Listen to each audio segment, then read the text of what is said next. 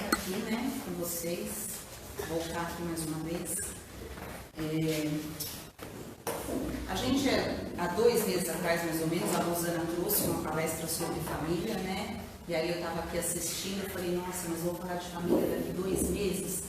Mas a gente não pode negar que falar de família é uma necessidade, não é verdade? Porque de todas as formas, ou mesmo quem mora sozinho, ou mesmo quem hoje está sozinho, veio de um ambiente familiar, veio de algum lugar, né? Se formou numa família.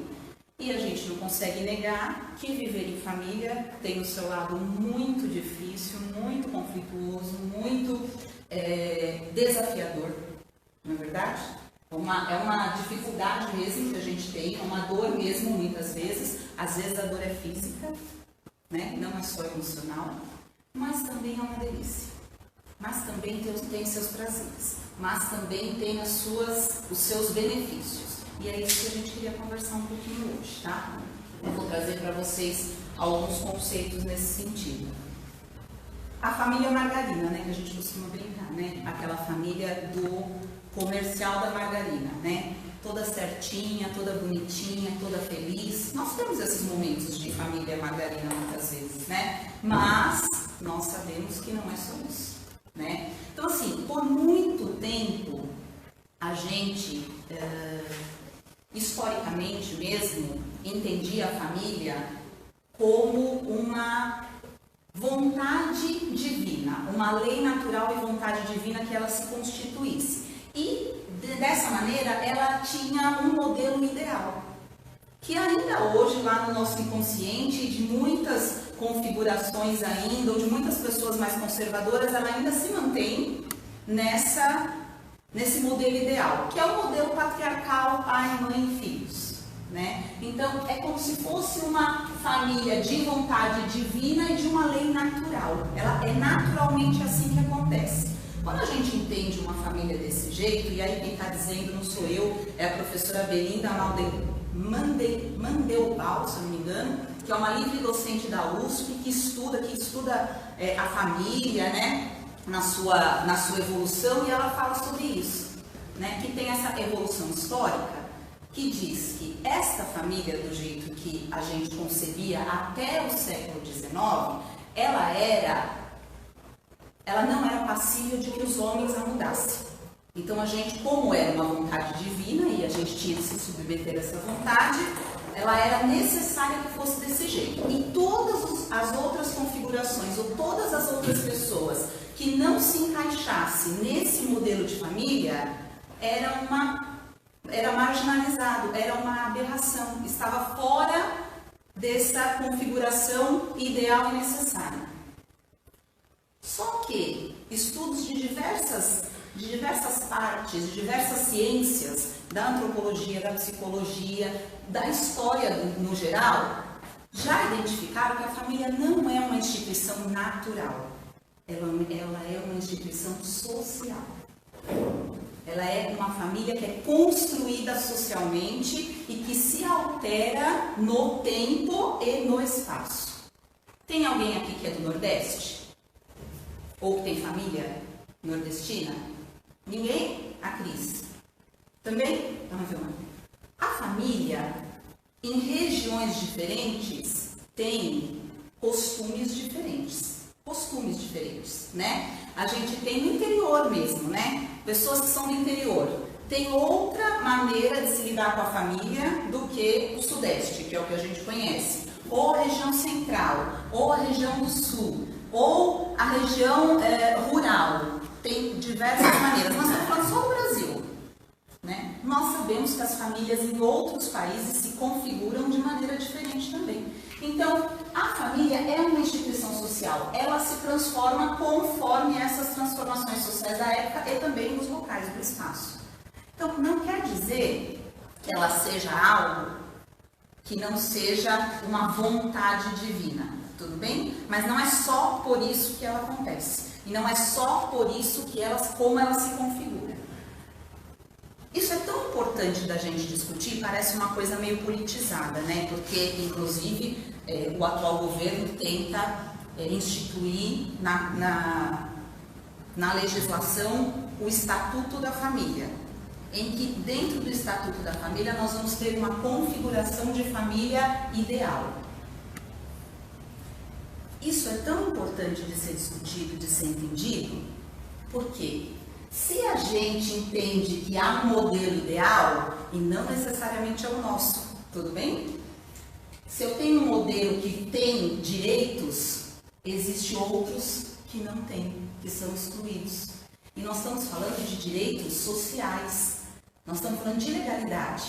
Quem é que pode ser incluído nas políticas de saúde, de moradia, de assistência, todas as políticas sociais que a gente tem hoje? Se eu determino que uma configuração é a correta, todas as outras não são corretas. Só para vocês terem uma ideia da extensão dessa dificuldade, desde 2006, mais ou menos, o Censo Demográfico Brasileiro mostra que a família patriarcal tradicional, como a gente entendia, constitui menos da metade das famílias do Brasil.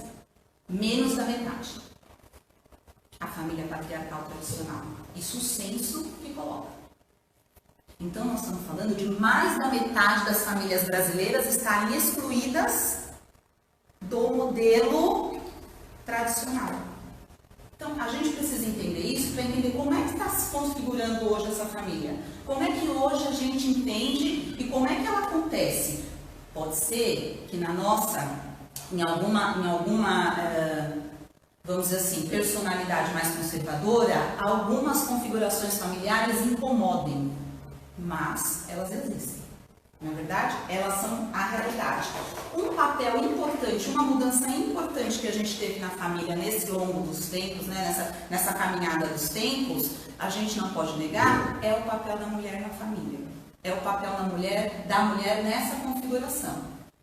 Lá depois das grandes duas guerras mundiais, a gente teve uma importante mudança. Seja porque o homem estava na guerra, morreu na guerra, seja porque a própria destruição e reconfiguração das sociedades e das nações impulsionaram a mulher a sair de casa, a ir atrás de emprego. As mulheres mais de classe média, né? Porque as de classe baixa sempre trabalharam, né? Sempre, de alguma forma, estiveram inseridas no campo do trabalho. Seja porque as instituições foram questionadas.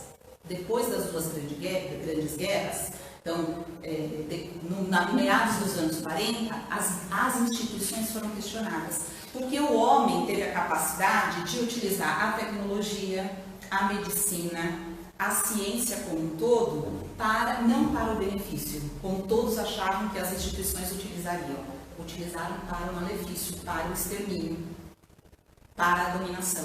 Então tudo foi questionado e a família não foi diferente. Ela também foi questionada.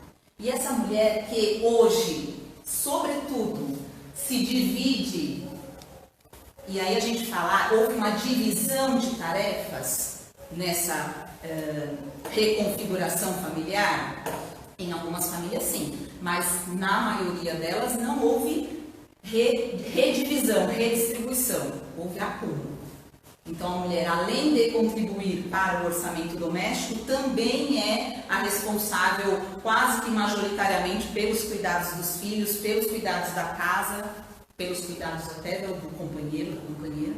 A gente tem isso. Então a mudança de papel dessa mulher depois do pós-guerra mundial teve também influência importante na configuração familiar que a gente vive hoje.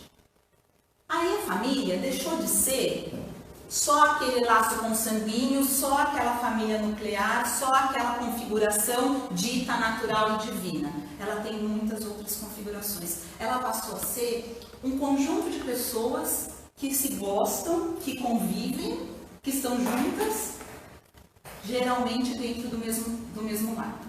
Geralmente. Porque a gente, até a família que mora em locais diferentes, a gente tem. Né? Companheiros mesmo que moram em locais diferentes. Então a gente tem, por exemplo, a família monoparental, que aí a gente, né, é mais tranquilo de se entender, que é ou o homem ou a mulher com os filhos sozinho, monoparental, cuidando dessa família. A gente tem a família estendida, que são as famílias com os tios, com os avós, nós temos muito isso. E tem estudos que mostram o quanto que a aposentadoria do idoso, ela contribui substancialmente e às vezes ela não só contribui, ela é o arrimo daquela família. Então, essa família estendida. A gente tem configurações de amigos que moram juntos e que viram família. A gente tem as famílias das uniões homoafetivas, né? Que a gente tem bastante discussão em relação a isso. E nós temos também as famílias, como é que eles chamam isso na literatura? Reconstituídas. Famílias reconstituídas. O que significa isso? Aquela família que se separou, teve um divórcio, a outra família que teve um divórcio, criam-se a terceira família, de duas pessoas com filhos de outras famílias, mas ela não acaba naquele núcleo, porque tem outro pai, porque tem outra mãe, porque tem outros irmãos de outras famílias que podem advir da separação. Então, é um complexo para a gente conceituar. Aí, para vocês terem uma ideia, assim, eu trouxe uns dados de 2016, na verdade, foram atualizados, que saiu na revista Isso É, para vocês terem uma ideia de como as configurações se alteraram, né? Falando especialmente dessas famílias reconstituídas. Então, mais de 16% das famílias são resultados de recasamento.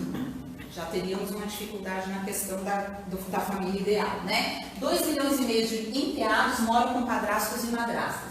36% dos casais não oficializaram a união, nem no civil e nem no religioso. Moram juntos, não estão registrados, né?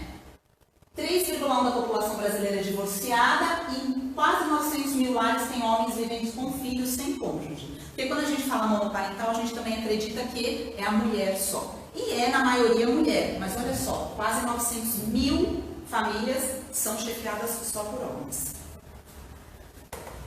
Estamos falando do censo de 2010, né? 1,9, vai. 2 é a nova taxa de fecundidade do Brasil, em média, porque a gente sabe que principalmente a região sul-sudeste tem uma taxa de fecundidade muito baixa. As pessoas não querem ter filhos. Quase 25% de casais têm filhos e 20% dos casais não têm filhos. A gente tem muitas pessoas morando sozinhas, né? 12% das residências de pessoas vivendo sozinhas, muitos homens, 3,5 milhões de homens e 3,4 milhões de mulheres vivendo sozinhos que optaram por viver sozinhos. Mais de 41% tem mais de 65 anos ou mais, então a gente também tem uma discussão importante. Eu vi que vai ter uma palestra sobre idoso, acho que é a Silvia que vai fazer. Importante de falar em relação ao idoso. Nós não temos política pública para o envelhecimento da população, ao passo que a gente tem um envelhecimento importante da população. E quase 60% dos homens são solteiros. Aí a gente tem os casais homoafetivos, que bastante se discute sobre isso, 58 mil casais se declaram homossexuais, 52,6 mil deles vivem na região sudeste, só isso aqui já mostra, se 58 mil se declaram homossexuais, 52 mil são da região sudeste. Isso aqui mostra o quanto as diversas regiões, a configuração familiar se altera. Porque em algumas regiões tem uma intolerância maior a essa demonstração de afetividade. 53% dos casais são de mulheres e 13% se declaram casados. Só para a gente ter uma ideia de como isso mudou, né, na vida. É interessante que essa mudança, essa abertura, essa evolução, ela traz esse novo paradigma, né? Ele traz para a gente uma visão de maior diversidade, de maior fraternidade, de maior compreensão e, acima de tudo, de maior autonomia. Nos dá a liberdade de sermos nós mesmos para constituirmos a nossa família. Porque por muitas e muitas e muitas décadas, nós nos forçamos a nos encaixarmos num padrão que nos ditaram como sendo o ideal. E as pessoas sofreram demais por se violentarem a fazer o que era diferente. Essa mudança, essa abertura, ela é interessante e pode incomodar algumas pessoas, né? Alguns mais que têm uma natureza mais conservadora, mas ela traz também um desafio. ela é muito bacana, porque traz essa busca da essência do que eu sou, do que eu sinto, do que eu quero, mas ela traz um desafio grande, que é o equilíbrio entre essa liberdade, essa autonomia, essa minha busca do ser, o que eu posso fazer e como eu posso ser, e a disciplina.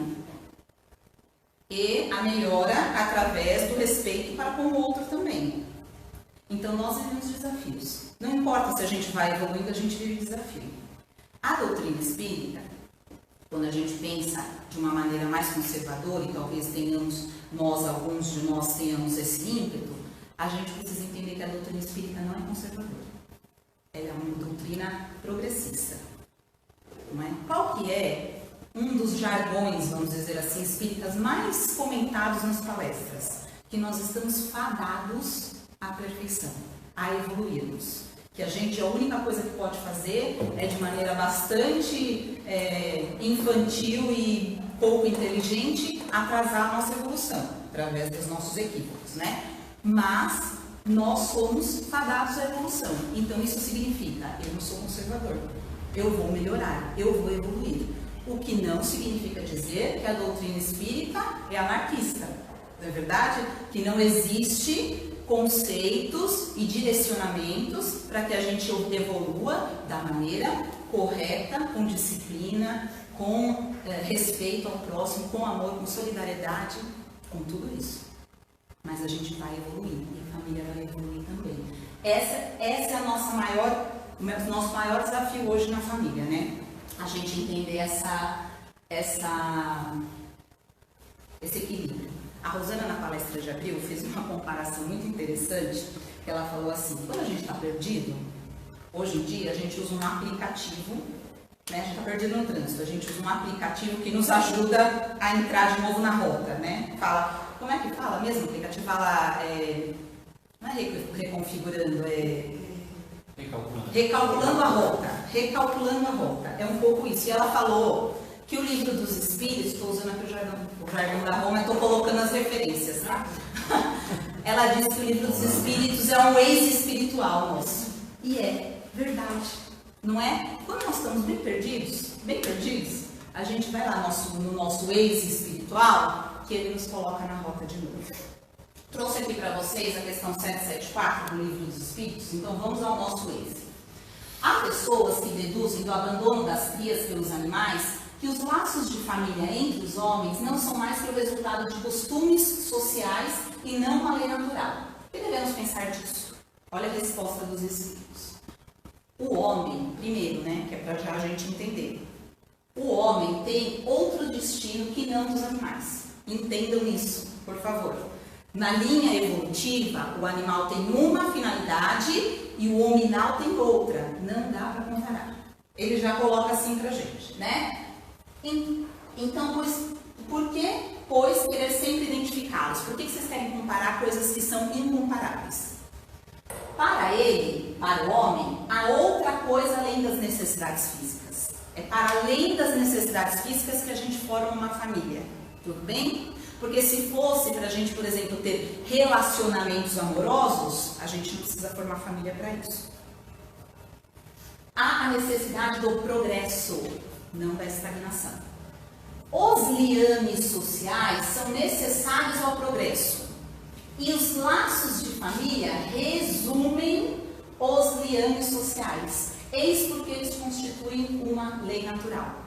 Olha só que interessante isso. A gente estava falando de uma professora livre docente que estuda a família no seu contexto histórico e que estava dizendo a família não é uma lei natural, ela é uma lei social, ela é uma instituição social. Vem o livro dos Espíritos e está falando exatamente a mesma coisa. Ele está dizendo que a lei natural que existe para a configuração e para a formação da família não é só porque tem que existir e acabou. É porque tem uma finalidade de progresso social através desse relacionamento social. E que a família, resume, é o laboratório das nossas relações sociais. Aonde é que a gente aprende as coisas? Onde a gente aprende a andar? Onde a gente aprende a levantar o garfo? Onde a gente aprende a falar? Onde a gente aprende que aqui é o seu espaço e aqui é o meu? Onde a gente aprende que se eu beliscar o meu irmão, talvez eu receba um beliscão também. Onde a gente aprende isso? A gente aprende na família. É o laboratório. É o local onde a gente aprende a ser pessoa, a ser ser humano, a ter... E a gente aprende as coisas boas e as ruins também. Porque tem muitas famílias que têm exemplos ruins.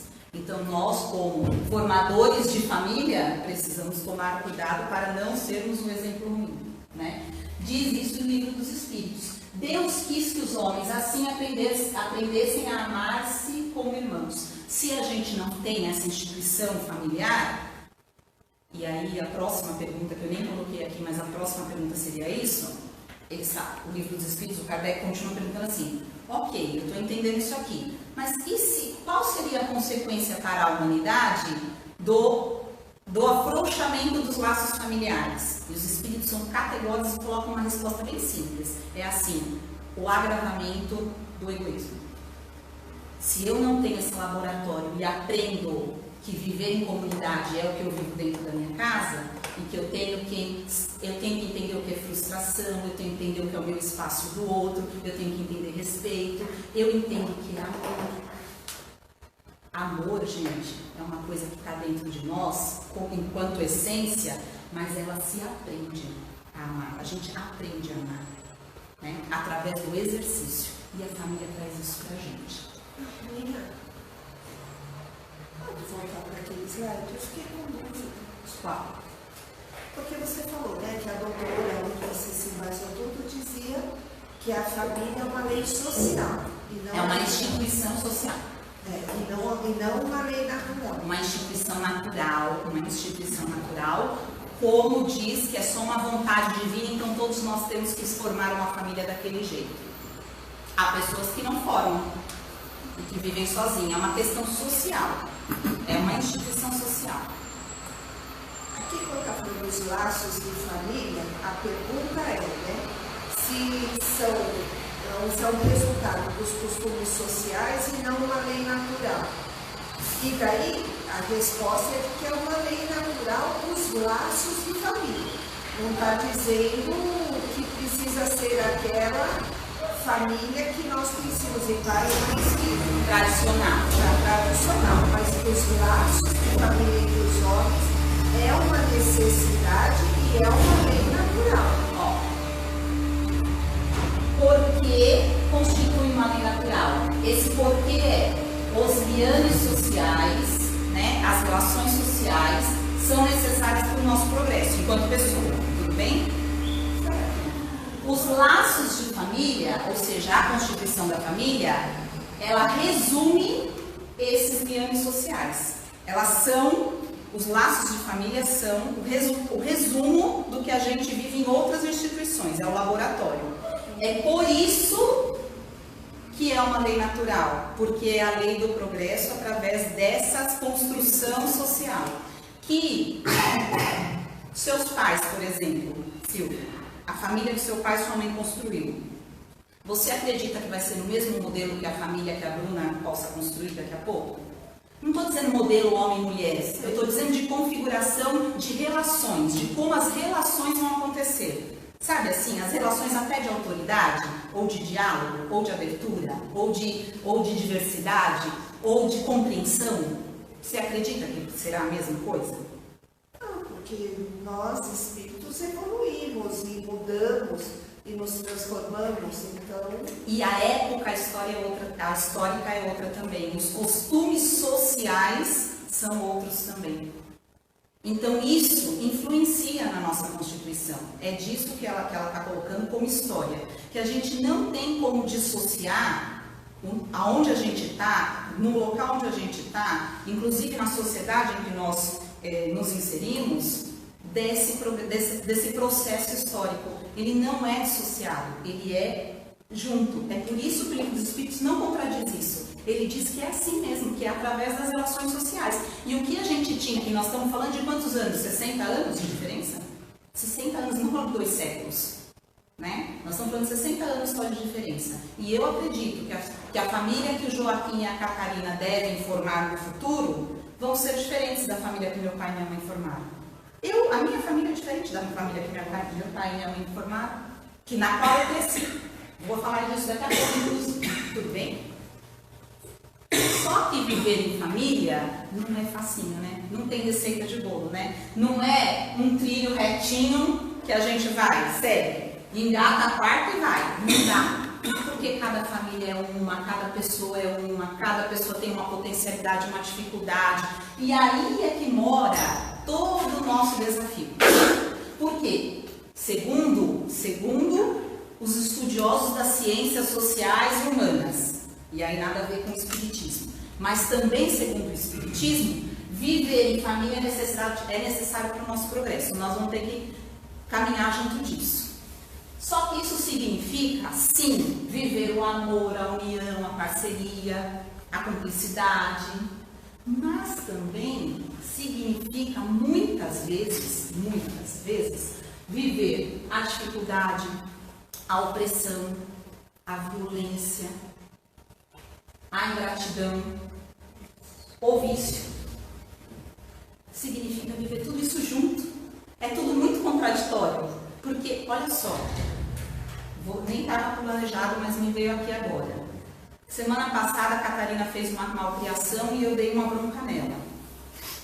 Ela tomando banho, o Marcos dando banho nela, ela falou, viu, a mamãe tá brava com você. Ela fez assim pra mim, mãe, você ainda me ama? 4 anos e meio. E eu respondi, Catarina, eu vou sempre te amar.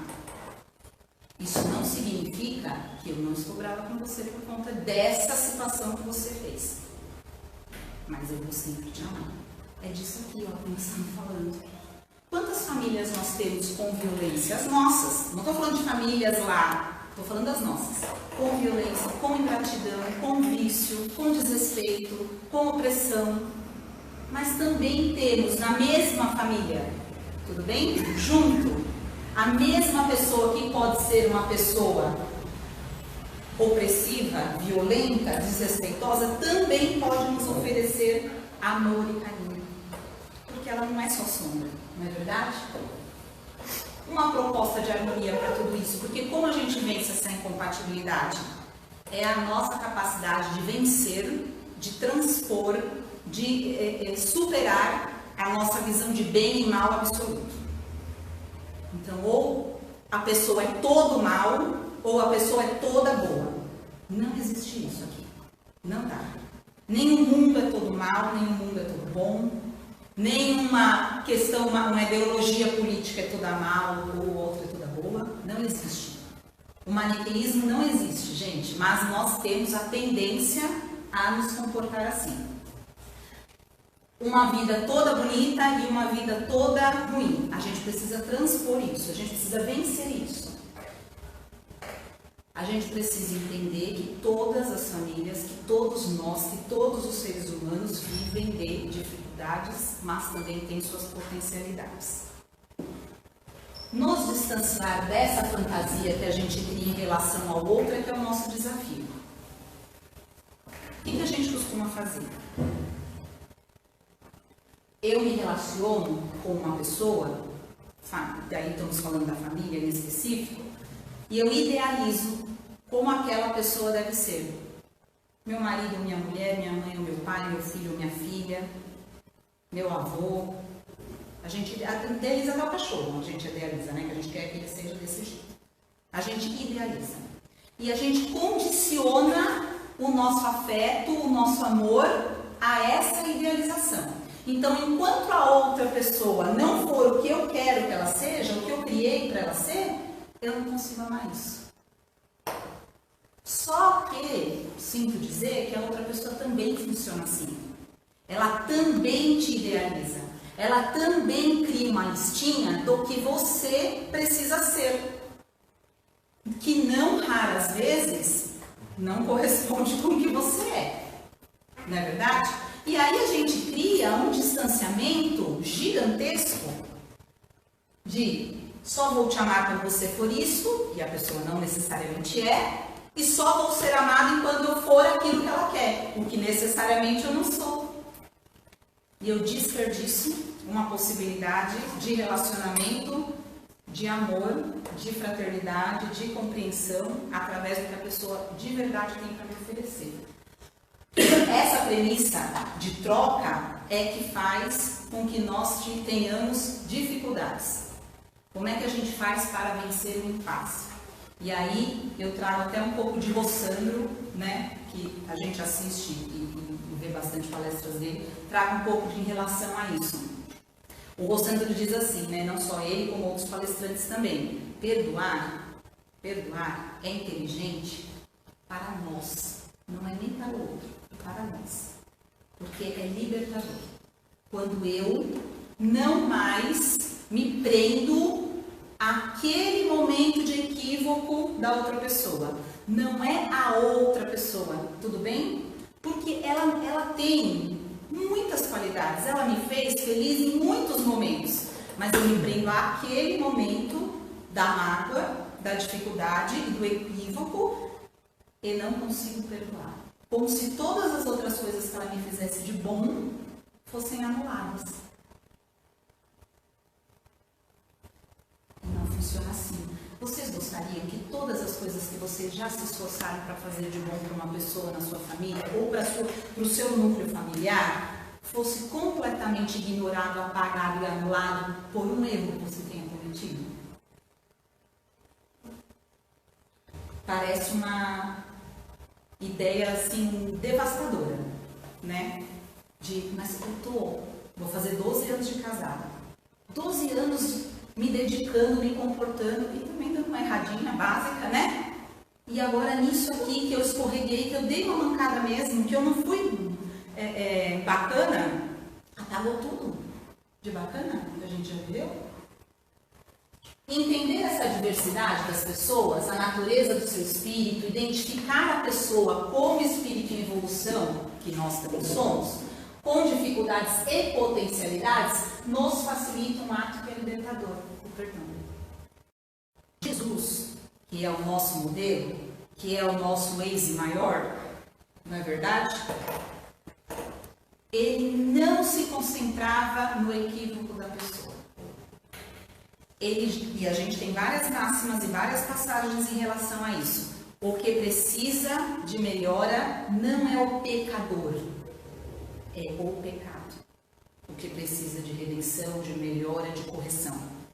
Não é a pessoa toda, porque ela tem muitas coisas. Ele focava na gente, na nossa potencialidade. E não apareceu a figura, mas tudo bem. Enquanto a gente tenta encontrar um culpado para o nosso sofrimento, para o nosso fracasso, para a nossa queda, e aí o culpado pode ser a nossa família, pode ser a falta de dinheiro. Eu brinco assim que eu perdi 2 oportunidades de ser rica, né? Já perdi, agora vou ter que trabalhar, não vai ter jeito. Uma foi nascer, então a culpa foi do meu pai, que não era rico, então não deu para ser, e outra foi casar, que o Marcos também não é rico, então vou ter que trabalhar, não vai ter jeito, né? Enquanto eu procuro o outro, no outro a dificuldade, o impasse, o que eu não melhoro, o meu problema, e aí seja na conjuntura social, seja no meu país e tudo mais, eu não avanço. Eu não avanço, eu não vou para frente, porque o outro é que determina se eu posso ou não avançar. Ao passo que quando eu tomo a rédea da minha vida, identificando o que eu tenho para oferecer e o que a minha família tem para oferecer, para trocar, sem a fantasia, sem a idealização, a gente caminha junto. O foco tem que ser na possibilidade, não na dificuldade, não no equívoco. O que aquela configuração familiar pode me trazer, o que podemos juntos, no que cada um pode contribuir para a gente ir para frente. Que a gente costuma olhar a grama do vizinho, a gente costuma olhar a outra família, como se a outra família fosse só a coisa boa, só o que se mostra, só a foto sorridente, porque a foto sorridente é só a foto, né? Mas e o dia a dia? Então, a gente precisa procurar os recursos dessa vitória, dessa melhora no nosso íntimo e no interior do nosso lar, nas pessoas que convivem conosco, porque o recurso está lá. E não nos outros lares que a gente julga que seja melhor. É o famoso é o que tem para hoje. O que tem para hoje é isso aqui, é essa família com essas pessoas. O que de bom a gente pode aproveitar de cada um? Porque é óbvio que eu tenho dificuldades, mas eu também tenho coisas a contribuir.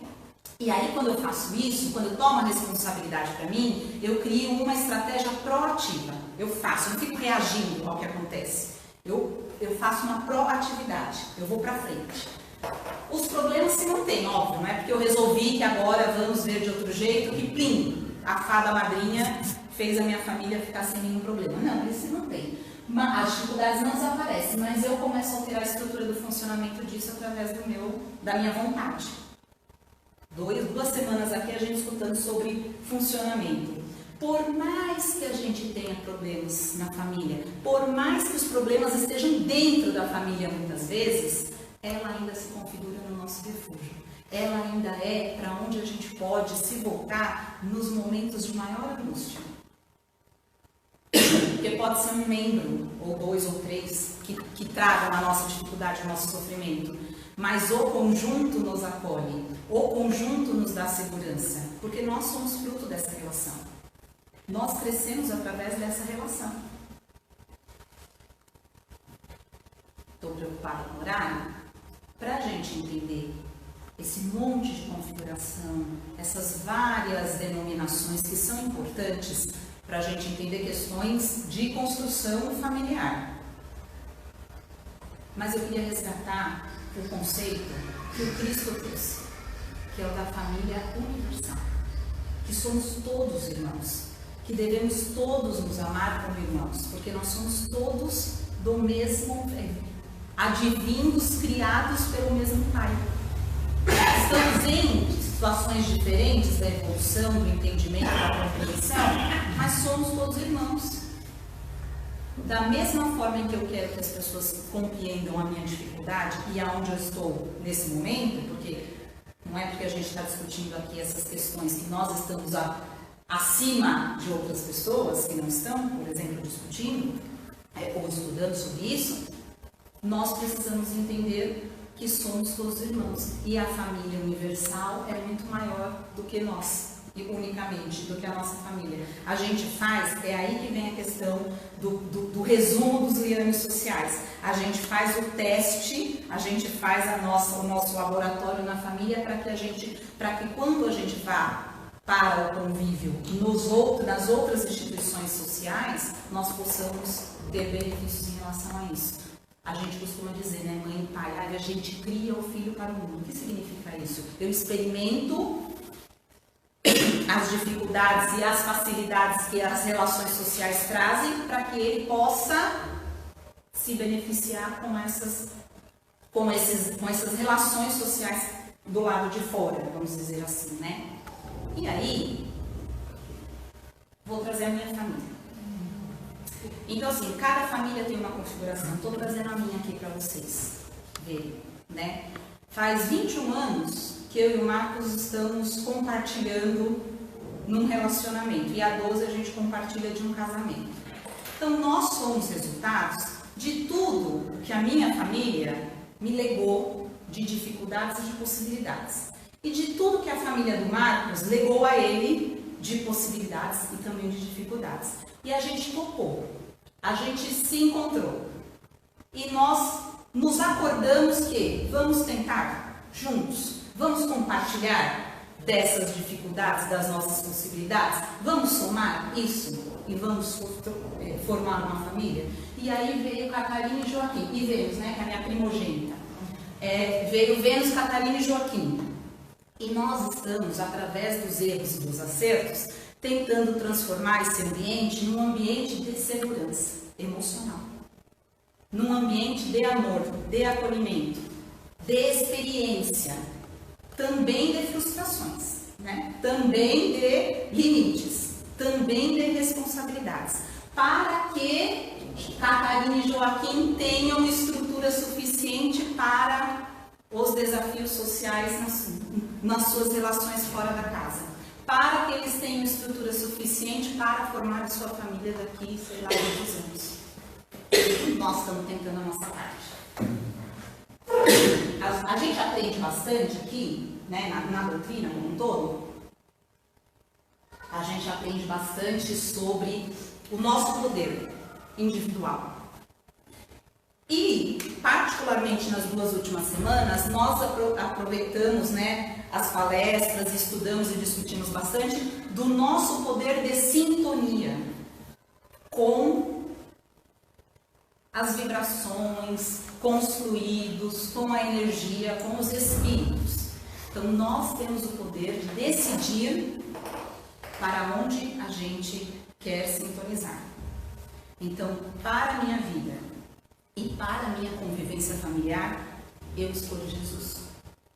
Porque eu tenho certeza que junto com essa energia, que junto com esse ensinamento, eu vou vencer as dificuldades. Muita paz para todos.